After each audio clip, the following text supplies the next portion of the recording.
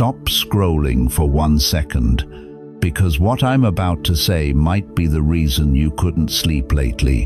What if the heaviness you've been carrying isn't a sign you're failing, but a sign God is about to move in a way you can't ignore? Stay with me, because before this ends, you'll know the one sign you've been misreading and what to do the next time fear tries to talk you out of your door. Why does this feel so personal, like someone has been watching your silent tears, your private prayers, the moments you smiled in public and broke in secret? Listen closely, chosen one. This is not random timing. This is a holy interruption. God brought you here because you are standing at the edge of a door that has been locked for too long, and the key is already in His hand. Behold, I am doing a new thing. Now it springs forth. Do you not perceive it? Isaiah 43:19.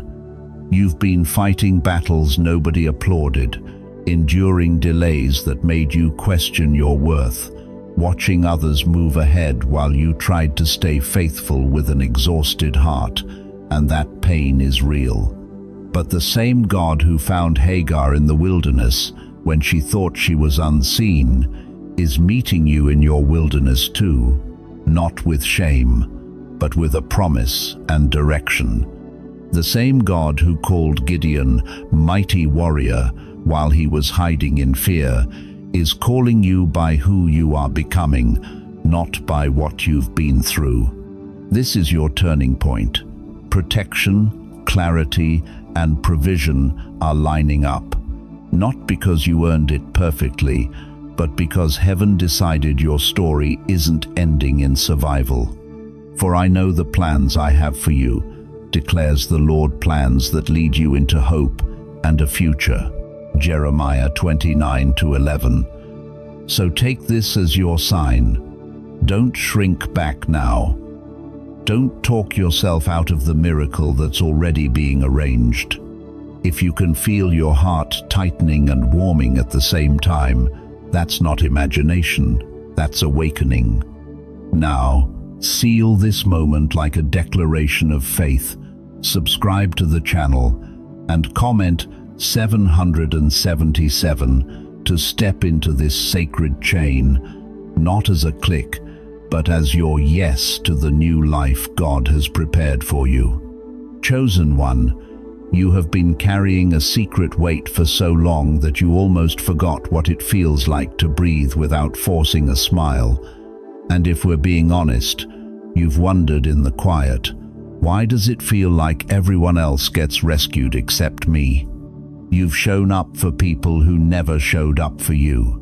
You've kept your word when it cost you, and still you've watched doors close, money slip through your fingers, and relationships strain until your chest felt tight at night.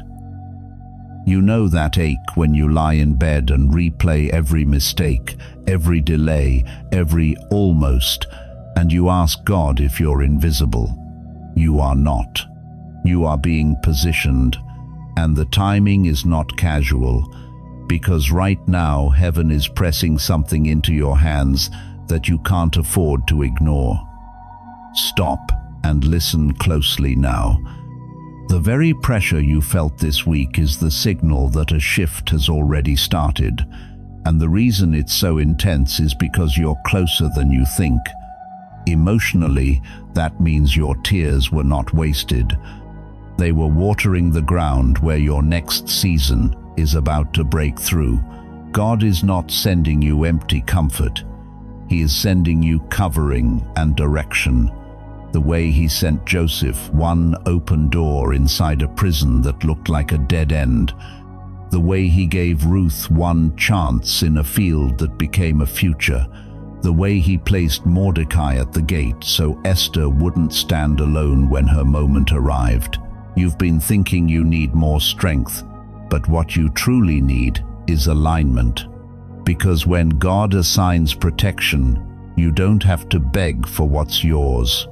When you pass through the waters, I will be with you, and through the rivers, They shall not overwhelm you. Isaiah 43:2. That's not poetry. That's a promise you can walk on when anxiety hits, when bills stack up, when your heart feels bruised. Next, hear this with your whole spirit.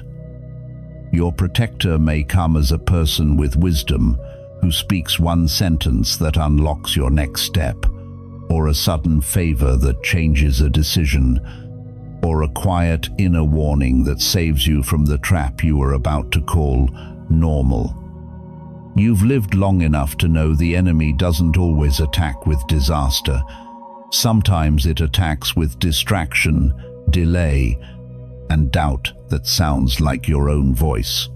But God is saying, you are not late, you are not disqualified, and you are not stuck. And we know that for those who love God, all things work together for good. Romans 8:28. Let that hit the wound you don't talk about. The rejection, the betrayal, the job loss, the season you felt abandoned, the nights you prayed with no words left. Those weren't proof God forgot you. They were proof He was shaping you for what you're about to carry. Because the blessing coming isn't just money.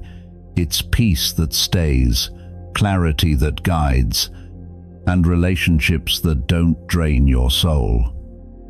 If you felt a strange urgency in your chest lately, that isn't panic, it's a summons. Because this window is sacred, and if you click away, you might miss the exact confirmation your spirit has been begging God for. Chosen one. You know what it's like to wake up already tired, to carry responsibility like a stone in your chest, and to wonder why your courage seems to disappear the moment you're alone with your thoughts. You've tried to be strong the way the world demands, clenching your jaw, pushing through, acting fine. Yet the truth is, you've been one bad day away from breaking, and you've been ashamed that you even feel that way. But the courage rising in you right now isn't the loud, proud kind that pretends nothing hurts. It's the holy kind that shows up when you're trembling and still choose to move. Be strong and courageous. Do not be afraid. Do not be discouraged, for the Lord your God will be with you wherever you go. Joshua 1-9. That verse isn't meant to sit on a poster.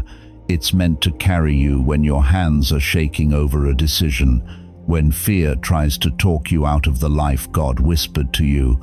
Breathe and stay with me. The moment you felt an unexpected calm in the middle of stress, even for a few seconds, that was not you getting over it. That was God proving His presence is already wrapping around you. Emotionally, it means you're not weak for feeling afraid. You're human, and you're being strengthened from the inside out. Now, hear this as if it were spoken directly into your ear. Your protector isn't here to erase every challenge, but to keep you from shrinking when challenges appear. The way David didn't wait until he felt fearless before stepping toward Goliath. The way the 3 Hebrew boys didn't bargain for an easier fire, but walked into it with a presence that the flames could not consume. The way Peter stepped out of the boat while the wind was still loud. Your life is being rebuilt in real time, not with perfect conditions, but with holy resolve. And you're going to recognize it by what changes inside you first. You stop explaining yourself to people who never carried your pain. You stop returning to what drained you, and you start choosing what aligns with God, even when it costs you comfort. Here's the shift. Wisdom is being poured into you, so you don't just act bravely, you move accurately.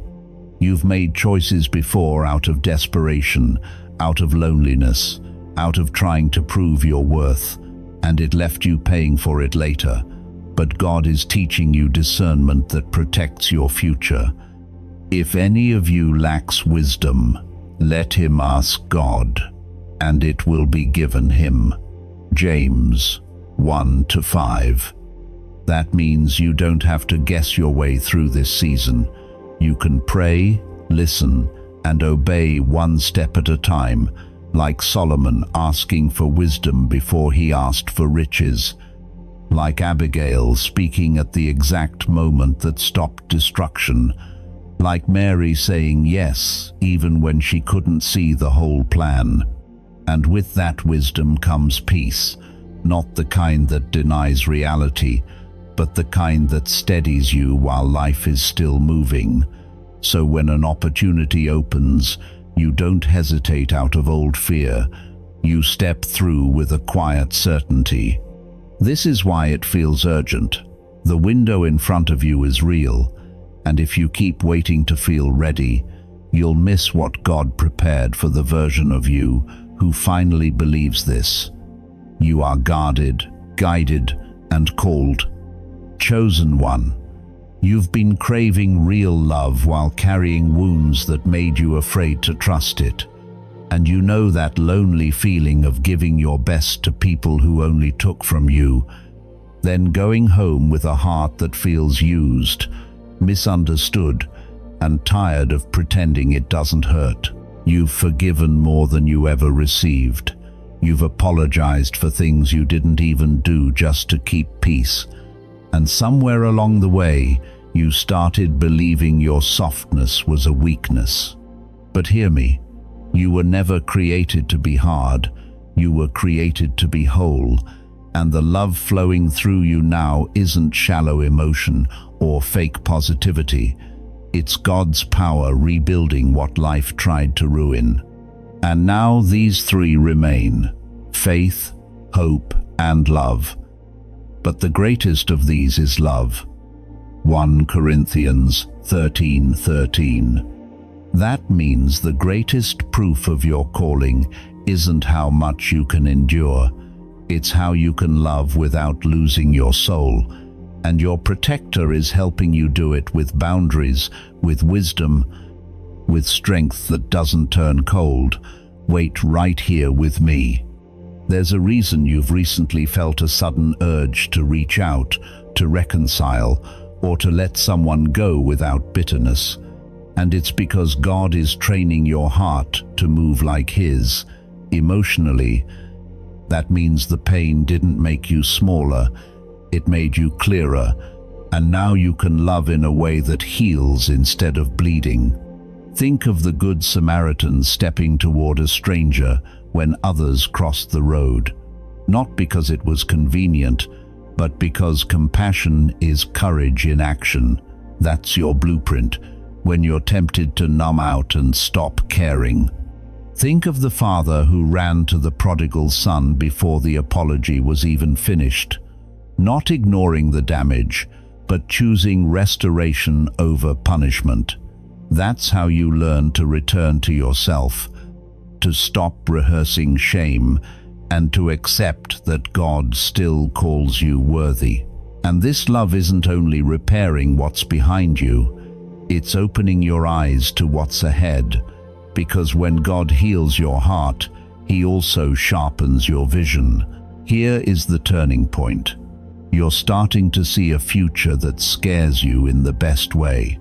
A future where you're not just surviving, you're building, and you can feel it because you're no longer satisfied with small thinking or familiar cycles. For the vision is yet for an appointed time, though it linger. Wait for it. It will certainly come and will not delay. Habakkuk 2-3. That's urgency with tenderness, not rush, but readiness, because some doors only open for the version of you that finally believes what God showed you. This is why freedom matters now, not later, because chains don't always look like addictions. Sometimes they look like guilt you keep replaying, fear you keep feeding, and relationships you keep dragging because you're terrified of being alone. Watch Peter after his failure, restored and recentered, not erased, not disqualified, but trusted again. That's your model for starting over without carrying your old label. You are being led into a legacy you can feel in your bones. Not loud, not flashy, but lasting. The kind that changes how your family remembers love, how your choices shape the next generation, and how your hope becomes a lighthouse for someone else who is drowning in silence.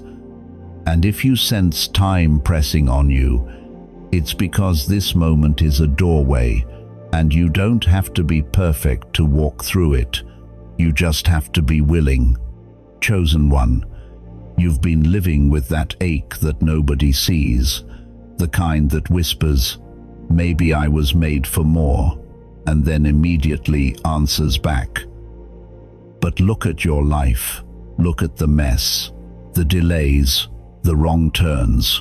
You've carried guilt like a second skin, replaying old decisions, wondering if you ruined your chance. And it hurts because deep down, you know your soul wasn't built for smallness. Yet you've been forced to survive in tight spaces, limited options, and constant pressure. But hear this with reverence and fire. Your purpose isn't something you invent when everything finally becomes easy. It's something God planted before your first breath, and it's waking up right now because the season is changing and you can't afford to sleep through it. Before I formed you in the womb, I knew you, and before you were born, I consecrated you. Jeremiah 1-5. That means your story was never an accident. Even the chapters you're ashamed of, even the days you felt too broken to pray. And your protector isn't here to flatter you, but to guide you into alignment so your life stops drifting and starts moving with divine direction. Don't look away yet.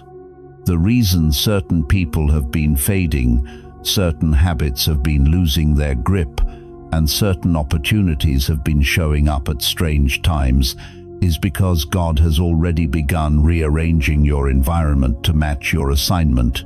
Emotionally, that means you're not losing things. You're being released from what would have kept you from becoming who you truly are.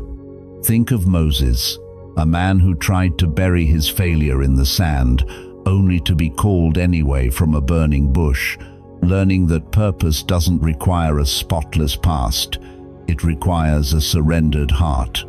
Think of the woman at the well, carrying shame like water jars, met by Jesus in the middle of her routine, and suddenly her pain became a message that pulled a whole town toward hope. That's your blueprint when you think your story disqualifies you. Here is what's urgent. Breakthroughs don't only arrive as miracles from the sky, they arrive as instructions, as courage to take one step, as a door that opens once and expects you to walk through while your knees still shake. The Lord is near to the brokenhearted and saves the crushed in spirit. Psalm 34-18. That's for you, on the nights you felt alone, on the mornings you wanted to give up, on the days you functioned but didn't feel alive. And purpose is not just what you do, it's who you become while you obey, which is why gratitude is being trained into you, not as a polite habit, but as a weapon that keeps your heart soft while you rebuild. Then, as your vision sharpens, your influence will expand naturally, like Esther stepping into the room at the right moment, not to chase power, but to save lives with one brave, "If I perish, I perish." And as healing flows, you'll stop bleeding on people who didn't cut you. You'll stop punishing yourself for learning slowly, and you'll start creating again, like Bezalel, who was filled with skill and spirit to build beauty for God. Because your creativity is not random, it's part of your calling. This is why it feels intense. You are standing at the edge of the life you asked for, And the only thing more painful than changing is staying the same when heaven is clearly calling your name.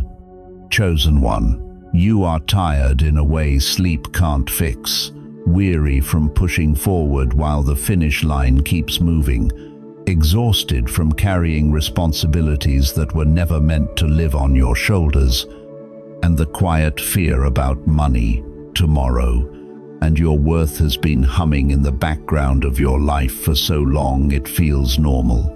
You wake up and do what must be done, but inside you wonder how long you can keep holding everything together when the results never seem to match the effort, when prayers feel unanswered, when the same problems circle back like they know your address. You've questioned yourself in the dark, asking if maybe you missed your moment, if maybe you're not as valuable as you once believed, and that doubt has been heavy. God sees that weight. He sees the loop you feel trapped in, the way you keep giving while your own cup runs dry, the way your future feels foggy no matter how hard you plan. Pause and receive this now. Here is the micro payoff. The fatigue you feel is not failure. It is evidence you have been sustaining something beyond your own strength. And the reason it feels unbearable now is because relief has already been authorized. Emotionally, this means you are not weak for feeling done. You are human, and help is closer than your next breath. There was a moment when Elijah collapsed under a broom tree, convinced he had nothing left and that his story was over, and God did not correct him or shame him. He fed him, let him rest, and whispered direction before asking him to rise again. That tenderness is being extended to you right now, not to push you harder, but to restore you so you can move differently. Come to me, all who are weary and burdened, and I will give you rest. Matthew 11:28. That rest is not escape, it is reset, the kind that quiets the noise long enough for hope to breathe again. Now feel this shift. You are being called by name out of survival mode and into confirmation, because the struggle you've been interpreting as stagnation has been concealment, protection, while something real was forming. Transition with me into clarity now. The widow at Zarephath believed she was preparing her last meal, convinced scarcity was the final chapter, and yet provision met her at the exact point of surrender, not as excess at first, but as enough that kept showing up day after day. That rhythm is what is coming to you, steady, reliable, trust-restoring. The Lord is my shepherd, I lack nothing. Psalm 23:1. You may not see abundance yet, but the absence you fear is already being addressed in the unseen, and your value is not measured by speed, income, or how composed you look to others. You have been chosen to survive what would have broken many, and now you are being affirmed, not overlooked, not forgotten, not late. Hope is rising quietly, not as hype, but as certainty, and anticipation is building because the loop is ending, the pressure is lifting, and the future that felt unreachable is beginning to lean toward you. Before this moment closes, hear this promise of more. The next part will activate what your spirit has already sensed, unlocking confirmation and direction that will make the weight you've carried finally make sense, and you won't want to miss the exact second when that recognition lands. Chosen one, let the pressure fall from your shoulders right now, because you do not need to fix yourself, prove your faith, or carry anything extra to be worthy of what God is already doing. This season is not asking you to become more. It is inviting you to stop striving and simply allow yourself to be present. You are invited to begin with something very small and very real. When you wake up, before reaching for your phone or your worries, allow yourself to sit still for 1 quiet minute and place one hand on your chest. Not to pray perfectly, not to think clearly, but just to notice that you are here and breathing, because awareness is alignment. Throughout the day, when tension rises or thoughts start racing, you don't need to fight them. You can gently release your jaw, drop your shoulders, and whisper under your breath, "I am not carrying this alone," letting that sentence do the work for you. If your mind keeps returning to money, timelines, or unanswered questions, allow yourself to write one line on paper at night. Not a to-do list, not a plan, just one honest sentence about what feels heavy. Then close the notebook and leave it there as a physical sign that you are not required to solve everything before you rest. You don't need to withdraw from life to trust God. You are invited to trust Him inside ordinary moments, like taking a slow walk without a destination, eating a meal without distraction, or choosing to go to bed earlier, even if something remains unfinished. Because rest is not quitting, it is cooperation. When emotions surface unexpectedly, tears, frustration, or numbness, you don't need to label them as weakness. You can allow them to pass through without explanation, trusting that release creates space for receiving. If decisions feel unclear, you don't need to force clarity. You can pause major conclusions and give yourself permission to say, "This can wait," knowing that waiting is an action when it is rooted in trust. You are not being asked to believe harder or do more spiritual things. You are being invited to soften, to unclench, to let God carry the timing, the outcome, and the unseen process that is already in motion. In this alignment, small choices become sacred. Choosing silence over noise, gentleness over urgency, presence over performance. And as you allow this rhythm, something quiet but steady begins to happen inside you. A sense of safety returns, your nervous system settles, and your spirit remembers that it was never abandoned. You do not need to understand the full picture or control what comes next, because what has been prepared for you will arrive at the right moment, without force, without striving, exactly when you are ready to receive it. Chosen one, as this moment settles, allow yourself to notice what has softened inside you, because nothing you felt while listening was random or misplaced. The weariness, the quiet hope, the ache, the small sense of relief, all of it belongs, all of it was seen. You were not late to this message, not drifting off course, not forgotten in the waiting. You arrived exactly as you are, in the season you are meant to be in. What you've been carrying has meaning, and the pauses, the delays, the questions, have all been part of a process that is unfolding with care, not chaos. You are not behind, even if it has felt slow. You are not lost, even if the path hasn't been clear. You are being held in a way that doesn't rush you or demand explanations. Let your breathing slow now. Let your shoulders rest. There is nothing left to figure out in this moment, and nothing more you need to prove. The ground you are standing on is steady, and the pace you are moving at is appropriate for what is being shaped within you. You don't need to hold everything together by yourself tonight. You are allowed to be carried for a while. Stay here, gently present, and remain with this stillness as we move into the quiet space of prayer together. Chosen one, this is the moment it turns. Not because everything outside is perfect, but because something inside you just decided to agree with God. The door you thought was locked wasn't locked, it was timed.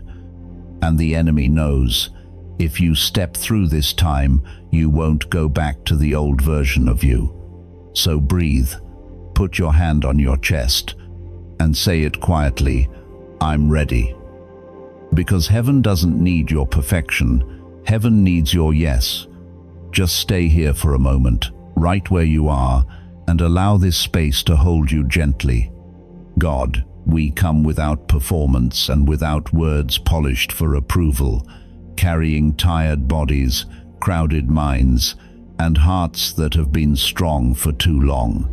You see the exhaustion that doesn't show on the outside, the anxiety about tomorrow that tightens the chest at night, the weight of responsibility that was never meant to be carried alone. We place it here, not to fix it, not to rush it away, but to release it into your presence, trusting that you already understand what we cannot explain. You see the fear about finances, the uncertainty about direction, the feeling of being stuck in the same place while time keeps moving, and you do not turn away, you draw near. You are the God who noticed Hagar in the wilderness when she felt unseen, the God who fed Elijah when his strength was gone, the God who carried Israel through the desert even when the path made no sense. Your word tells us you draw near to the broken-hearted, and you save the crushed in spirit, so we rest in that closeness now, and we rest in that closeness now. In this moment, we acknowledge that we do not need to hold everything together. We do not need to understand the process, and we do not need to force answers. We welcome your peace, the kind that settles the nervous system, quiets the racing thoughts, and gently reminds us that you are working even when nothing looks different yet.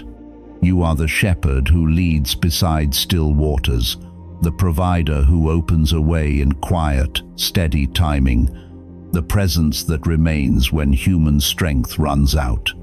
We trust you with what feels fragile, with what feels delayed, with what feels heavy.